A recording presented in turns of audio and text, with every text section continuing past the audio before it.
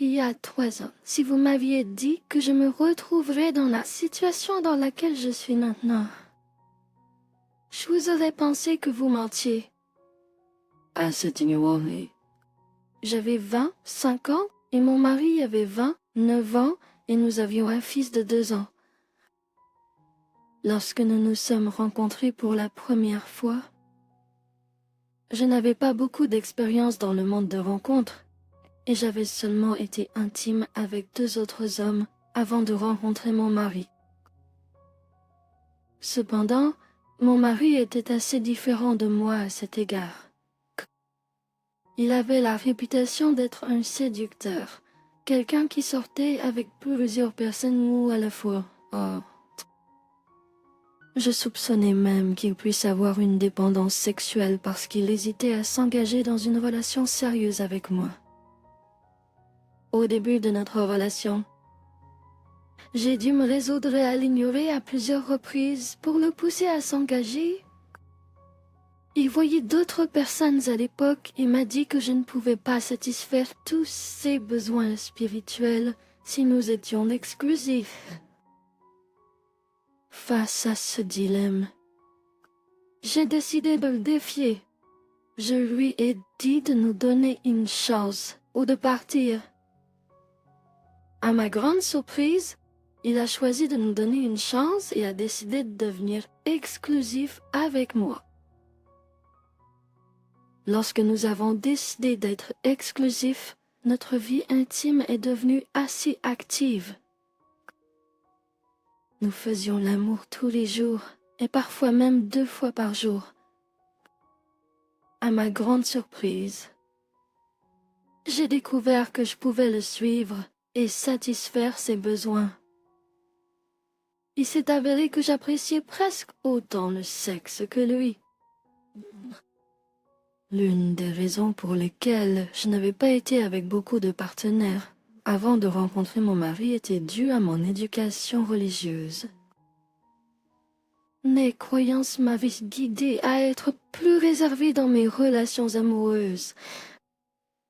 Après être déménagée avec mon mari, j'étais incroyablement heureuse car je croyais avoir dompté. Même sa propre mère a mentionné qu'elle ne pensait jamais que quelqu'un puisse le garder sous contrôle, car il avait acquis une réputation d'être impliqué avec beaucoup de gens romantiquement. J'ai pris le rôle d'un détective pour m'assurer que mon mari n'était pas infidèle. J'ai placé des dispositifs de suivi dans sa voiture et je me suis mêlée de ses comptes de médias sociaux. Mais je n'ai trouvé aucune preuve de lui étant infidèle. Il semblait loyal et engagé. Après avoir découvert que j'étais enceinte, nous avons décidé de nous marier et j'ai ensuite accouché de notre fils. Cependant, quelque chose a changé en mon mari après la naissance de notre fils, plus significativement que jamais auparavant. Il a coupé ses cheveux blonds, est devenu plus concentré sur son travail et a arrêté de sortir boire ou passer du temps avec des amis. Je suis vraiment fière des changements positifs qu'il apporte dans sa vie. Le seul défi était que je n'étais pas habituée à le voir parce que ce n'était pas la personne que j'avais initialement épousée.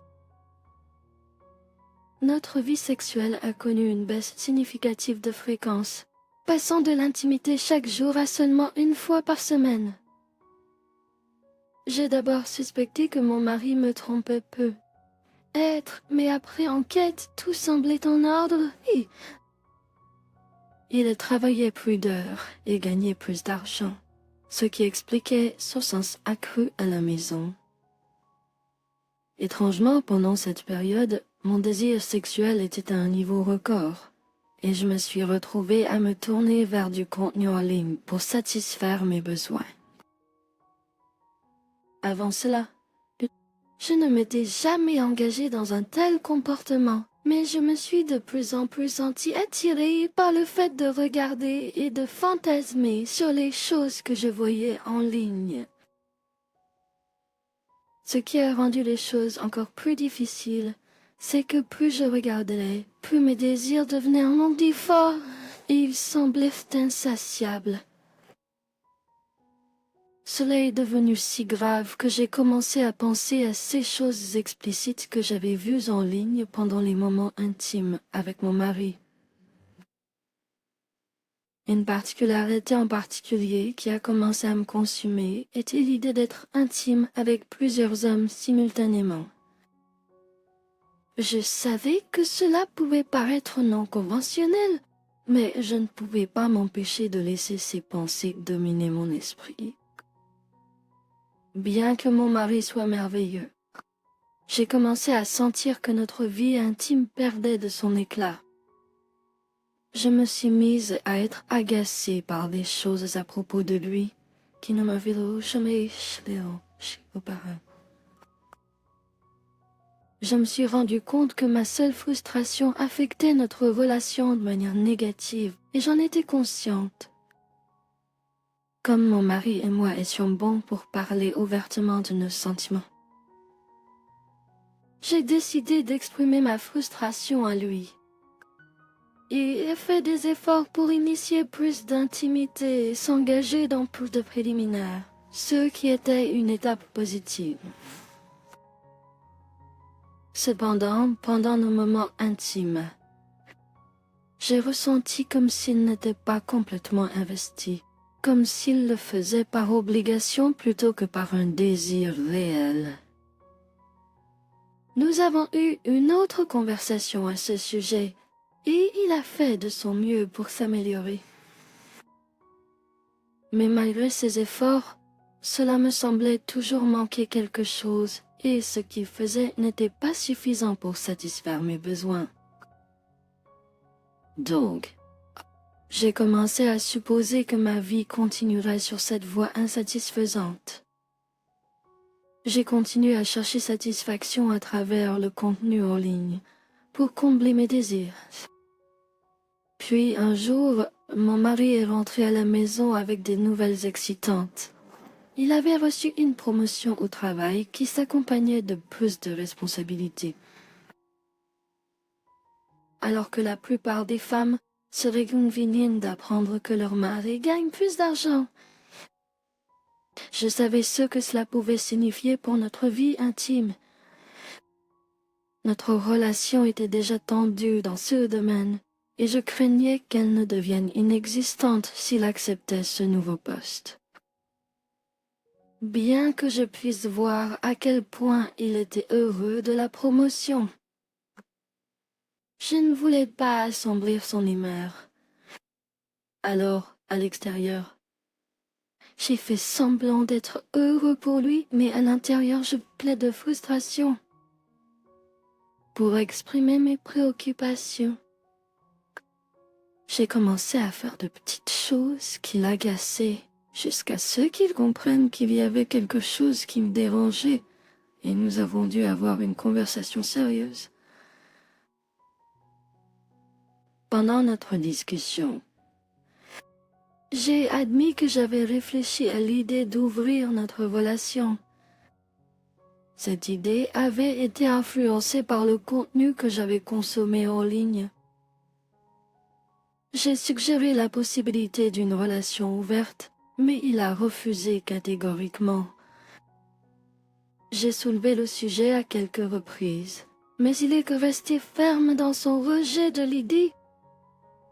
Puis un jour, il est rentré à la maison et m'a surpris en disant qu'il était ouvert à l'idée d'une relation ouverte. C'était inattendu parce qu'il avait refusé l'idée pendant des semaines. Je me sentais curieux de savoir pourquoi il avait soudainement changé d'avis, mais je ne voulais pas poser trop de questions de peur qu'il ne reconsidère. À ce stade, j'avais suffisamment lu sur les relations ouvertes réussies et j'avais emprunté certaines règles pour protéger l'amour et le lien que nous partagions tout en engageant des relations physiques avec de vraies autres personnes. Nous avons établi quelques règles simples pour nous assurer que notre relation reste forte. Nous avons tous deux convenu de ne pas nous impliquer avec nos amis ou collègues. Nous avons pris engagement de toujours pratiquer un sexe sûr et nous avons décidé de ne pas amener qui que ce soit avec qui nous sommes impliqués à la maison. Notre fils devait être tenu à l'écart de nos activités de relations ouvertes.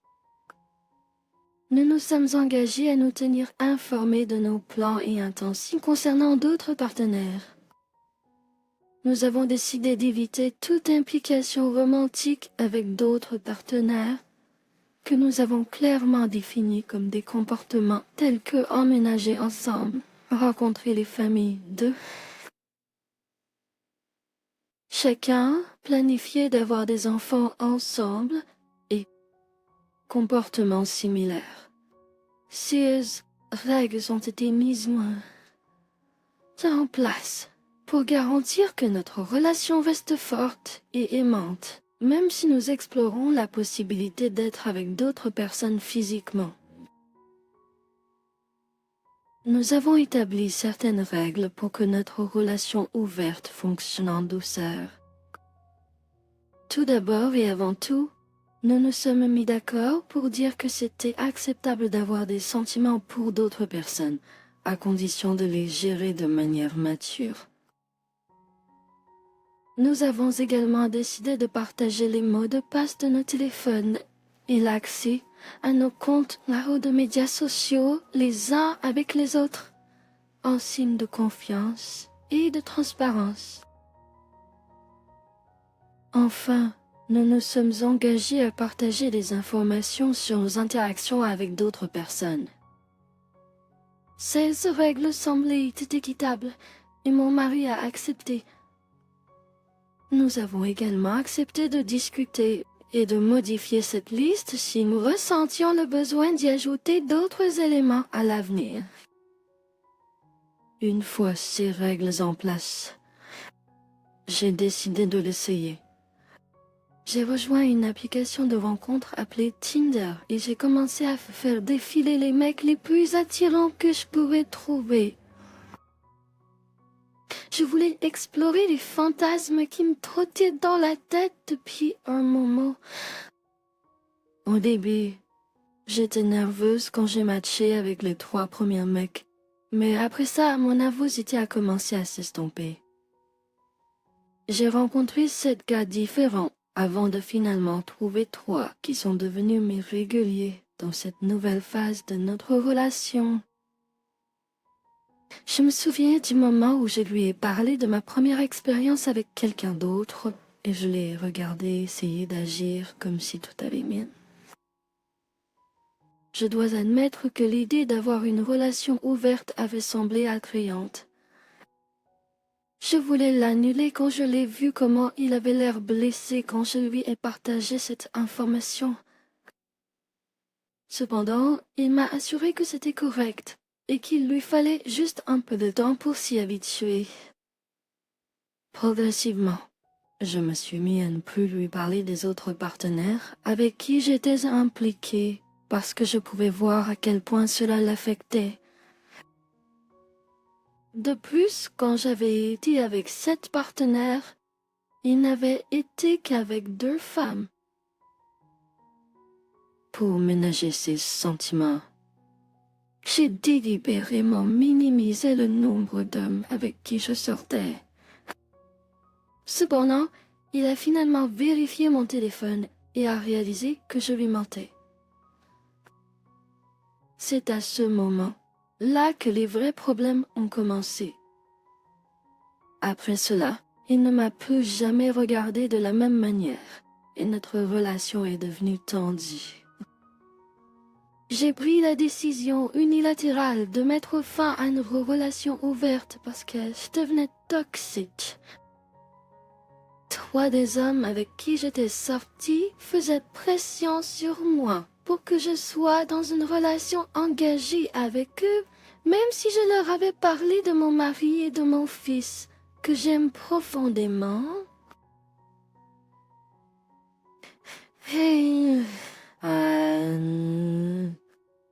Mon mari a refusé de mettre fin à notre relation ouverte, et sa raison était qu'il voulait se venger de moi.